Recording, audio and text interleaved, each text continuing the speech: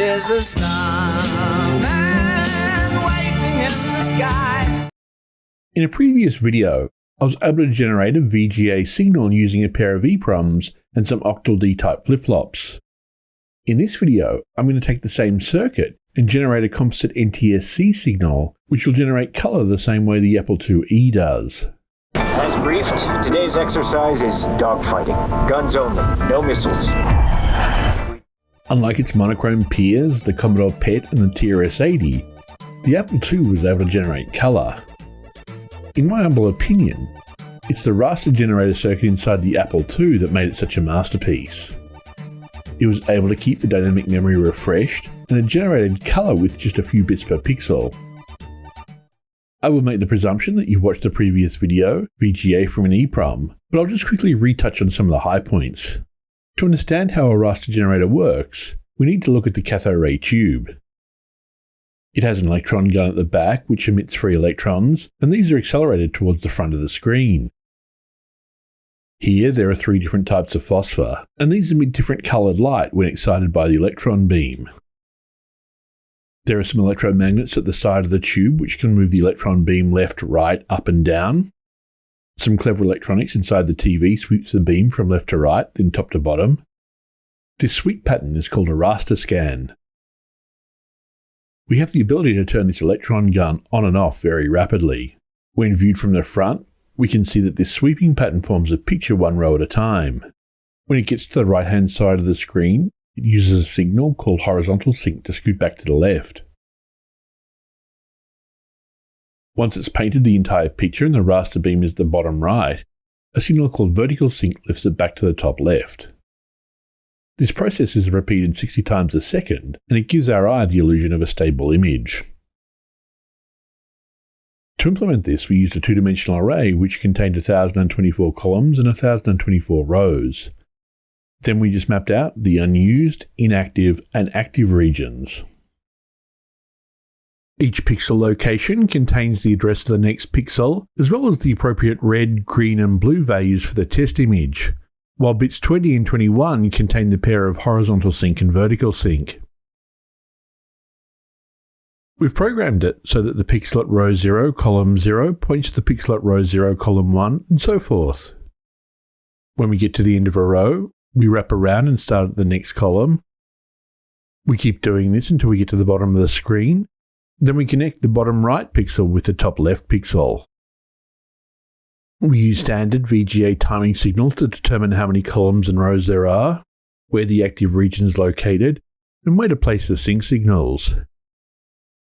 The hardware structure to do this is pretty straightforward. It consists of 2 227C322 EPROMs, wired in parallel to produce a 32-bit output, which is directly latched into 4 octal D-type flip-flops. 20 of the signals feed back to the address lines on the EPROM, while the remaining signals are used for horizontal sync, vertical sync, and colour. We use some resistors to drop the voltages down to those required by the VGA standard. Now, VGA uses a 25 MHz clock, but this was too fast for our EPROMs, so we had to divide it in half. This gives us a final dot clock of 12.5 MHz. I adjusted the addressing in the EPROMs so that we would actually skip over all the odd-numbered pixels. The result is a half-resolution VGA image, but doing it this way preserves the aspect ratio of the test picture. We want to use this circuit to generate a colour NTSC signal the way the Apple IIe does. Lights on. Let's turn and burn. There must be somewhere behind us.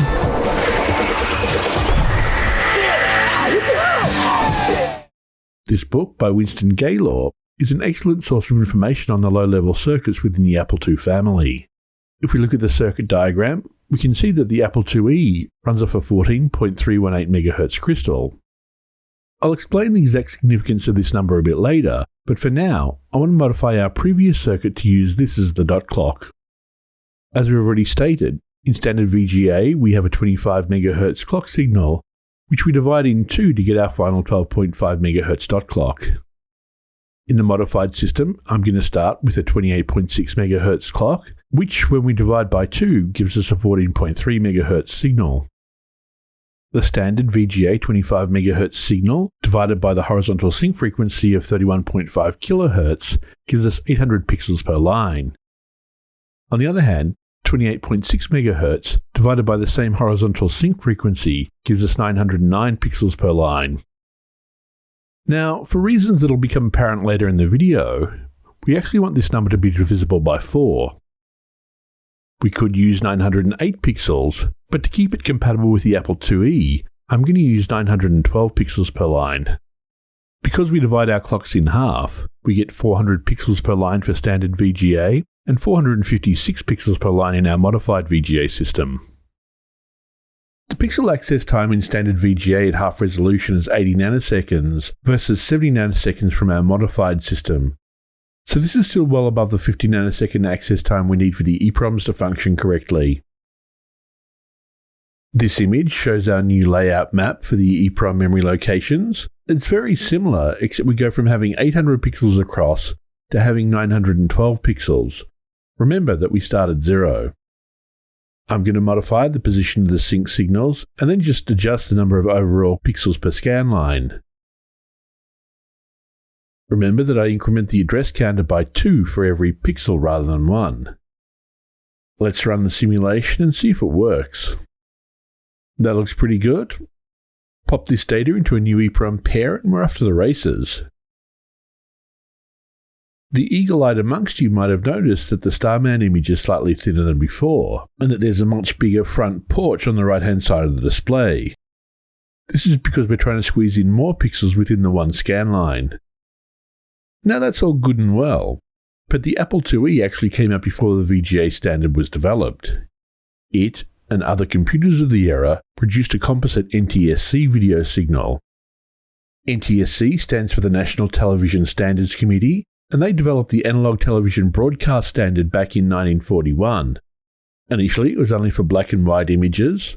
They added colour in 1954, and it was the broadcast standard in the United States up until 2011. One of the main differences between VGA and NTSC is the horizontal sync rate. In VGA, it's set at 31.5 kHz, where in NTSC, it's exactly half of this at 15.75 kHz. They both have 525 lines, but VGA uses a 60 frame per second progressive scan pattern, while NTSC uses a 30 frame per second interlace pattern. Now, most computers at the time didn't actually use this interlace mode. Instead, they used a modified NTSC signal. This has a 15.75 kHz horizontal sync frequency, but it cut the number of scan lines in half down to 262 lines per frame. And this was shown in a progressive format at 60 frames per second.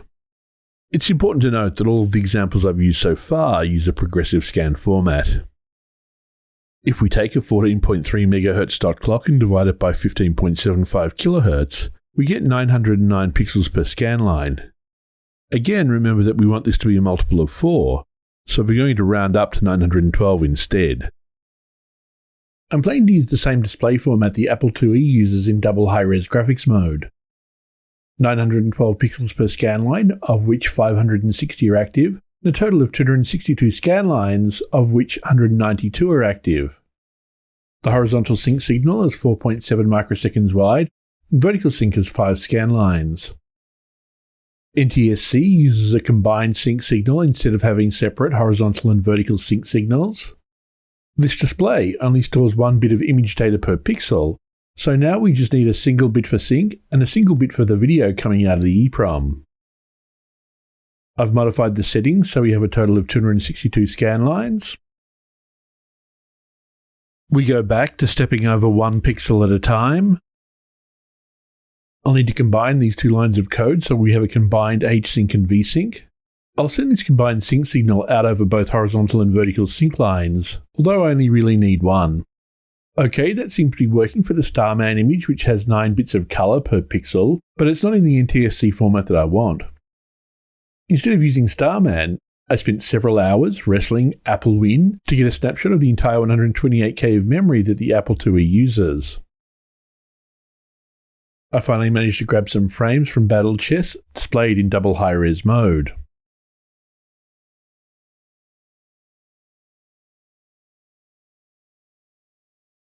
Now that I've got this 128K memory snapshot, I want to load it into my software environment, but I need to make modifications for the way Steve Wozniak laid out the frame buffer memory. I go over this format in a lot more detail in the Apple II Wire-by-Wire series, and I'll provide a link below. I use a very simple memory structure here, so I need to back out the changes that Steve Wozniak made, and I call this dewozzing the address. I copied this 1-bit image data into the EPROM so all 9 bits of colour are set, or all 9 bits of colour are clear. Now, I only really need 1 bit in the new hardware for composite video, but by setting or clearing all 9 bits at once, it looks much better on the emulator. I'll just ignore the other 8 bits for composite video. That looks good. We can see the horizontal and vertical sync signals, and battle chess in the middle. In VGA, we use some resistors to drop the TTL voltages down to the appropriate analog levels. We need to do a similar thing here for composite NTSC. This is the exact circuit that Steve Wozniak used to combine sync with video to produce a composite output, so I think I'll just stick with this for now. If you look carefully, you can see that I've added this at the top of the build. Excellent. So now we're looking at the composite output from this video circuit. It's displaying battle chess. But there's something missing. Oh yeah, colour. So how do we show this in colour? It's in colour on the Apple II Win emulator, and I've captured all the video data, so what gives? To explain this, I need to go over sine waves, but don't worry, there won't be any nasty mathematics here, just general principles. A sine wave is a regular repeating wave often found in nature, and it has 4 important properties that we're interested in. The first one is the period, or the amount of time it takes to go through one complete cycle. This is measured in seconds, and this is what happens if we double the period. Note that if we double the period, we halve the frequency.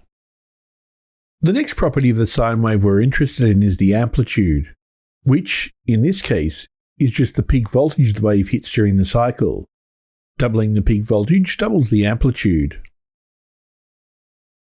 The next important property is the DC offset, which is really just the average voltage during the entire cycle. Here it's 0, but we can adjust it to be something else. The final property we're interested in is called the phase, and this determines where the peaks and troughs occur. It ranges from 0 to 360 degrees, and when it does get to 360 degrees, it just wraps around to being 0 again. How does this relate to NTSC? Well, NTSC adds a 3.579 MHz sine wave to the video signal, where the phase of the sine wave is hue, or the pure colour. The amplitude of the sine wave is the saturation, and the DC offset is the brightness. In this case, the period is fixed at 279 nanoseconds, which gives us a 3.579 MHz signal. This frequency was chosen to minimize the interference with the existing black and white signal, and newer black and white TVs and monitors sometimes actually filter out this color signal and throw it away. Let's look at the video signal for a typical scan line that might be displayed on the monitor. Here we have our active regions and the horizontal sinks. On a black and white monitor, this signal is represented as grey. Now let's superimpose our sine wave, but I haven't changed the average voltage. We present this to our black and white TV, which filters out the signal, and we get this grey bar. If we present the same signal to a colour television, it interprets the phase, amplitude, and DC offset of the signal and displays the appropriate colour, which in this case is red. But you may be wondering, how do we know which colour will be displayed? As the phase angle increases, we go through the colours: red, magenta, blue, cyan, green, yellow, and back to red. Note the primary colours of red, blue, and green, and the secondary colours of yellow, magenta, and cyan. The next thing we want to look at is the amplitude of the colour sine wave. This determines the saturation of the signal, and sometimes this is called the purity of the colour. You can think of it as being how much white is mixed in with the pure colour. At maximum saturation, we just have one single colour by itself, but at low saturation, we have the desired colour but with some white mixed in as well. At very low saturation, the signal is just white. Finally, The DC offset is brightness, which, as the name suggests, tells us how bright the pixel is. DC offset and amplitude are pretty easy to measure because they're a voltage relative to ground, but phase is an angle, and measuring it is a bit of a bag of worms. How do we know where 0 is? Phase is usually measured relative to another signal. The NTSC signal uses this 3.579 MHz sine wave to encode colour, and the TV or monitor maintains its own 3.579 MHz clock source as well. Phase is measured between the incoming signal and this internal clock. But there are actually two clocks in the system. One inside the camera or computer used to generate the signal, and then this second clock inside the TV or monitor. So we need a way to synchronize the phase and amplitude of these two different clocks. The solution that the committee came up with is called the color burst signal. The color burst signal is just a short series of sine waves at the start of each scan line generated by the device encoding the signal. It's used by the TV or monitor to calibrate the phase and amplitude of the internal clock. It consists of 9 cycles of the 3.579 MHz signal, and it occurs shortly after horizontal sync, so it's not displayed on the screen. As we move into the active portion of the image, we begin to see this 3.579 MHz sine wave in our signal, and we can measure it against our internal clock to determine hue and saturation. Here we can see that changing the phase of the sine wave changes the color of the pixel displayed. To generate this color burst signal, we're going to need another output bit from our EPROM. Bit 22 is unused, so I'll use that for color burst. When we look at the memory map for our EPROM, we can see that the color burst signal is this line that I've added after horizontal sync. The Apple II master clock of 14.318 MHz was carefully chosen to be exactly 4 times higher than the color reference sine wave for color burst. This means we can encode one cycle of the color burst signal in 4 pixels. By using 912 pixels in a scan line, we have exactly 228 sine waves in a scan line. This means the color burst signal will remain in phase between scan lines, which is desirable, and this is why we chose 912 pixels instead of 909. I've added in the color burst bit and the color burst start and end locations. For each scan line, I set up a for loop from color burst start to color burst end, which increments by 4 each iteration. The color burst bit is 0 by default, so I just need to set it to 1 for the 3rd and 4th bit within each 4 pixel cycle. Let's compile and run this. Excellent, we can see our new color burst signal over here on the right. I'll burn this into an EPROM, and I've built the same color burst tank circuit that Steve Wozniak used for the Apple II. There we have it, Apple IIe Battle Chest being displayed in color on an NTSC display. But where did the color for each pixel come from? Been here the whole time.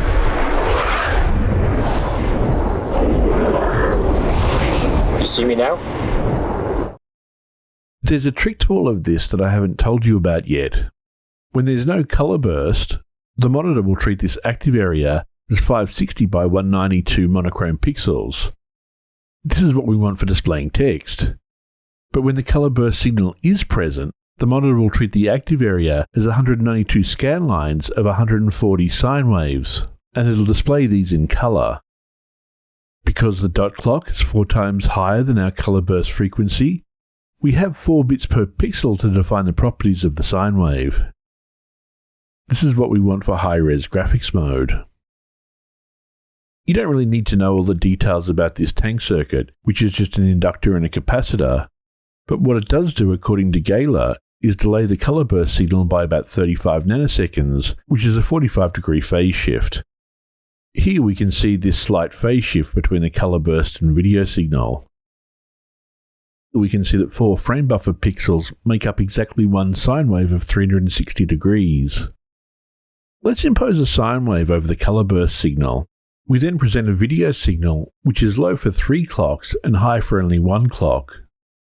The analog electronics inside the television will interpret this as being a sine wave with the same phase as the color burst, except with a lower DC offset. Similarly, we can present another video signal with 3 pixels on and 1 pixel off. Because the peaks and trough match the color burst signal, it'll be interpreted as a sine wave with the same phase, except this time it'll have a DC offset of 3/4 the maximum value. These two signals will have the same hue and saturation, but the one on the bottom will be brighter than the one on the top. These signals are called light orange and dark orange. The number of bits that are on per 4 pixel cycle determines the brightness. We can represent 2 different signals where the peaks and troughs are 90 degrees out of phase with the color burst signal, and these will be represented as red with the same hue and saturation, but the upper signal will be dark and the lower signal will be lighter. When the peaks and troughs are 180 degrees out of phase from our color burst signal, we get light and dark blue. When they're 270 degrees out of phase with our color burst signal, we get dark and light green. If the bit stream contains 1100, then the signals are 135 degrees out of phase, which is violet. But if we present 0011, then the peaks and troughs are 315 degrees out of phase, and we get medium green. This will be a slightly different hue than the other greens, but its intensity is 2 out of 4 rather than 3 out of 4 for light green and 1 out of 4 for dark green. When we present the bit stream with 0110, the peaks and troughs will be 215 degrees out of phase, which is medium blue. Working through all the combinations, the next one in the series is 1001, which is 45 degrees out, and this will be called medium orange. If you've been keeping track, you'll notice that there are 4 bit patterns I haven't mentioned yet. All zeros, alternating 10, alternating 01, and all ones. These have DC offsets of 0 out of 4, 2 out of 4, 2 out of 4, and 4 out of 4 respectively. There's no sine wave here that matches our color burst frequency, so these will be displayed as white, grey, grey, and black. With 4 bits per sine wave, we end up with 16 different colors, although the 2 greys will be the same. In summary, 4 adjacent monochrome pixels in the frame buffer let us define 1 color pixel. Let's try just one more example. I'll burn this into an EPROM and see if it displays. Excellent. We have the highly colourful Prince of Persia introductory screen. I'm sorry. I'm sorry, guys.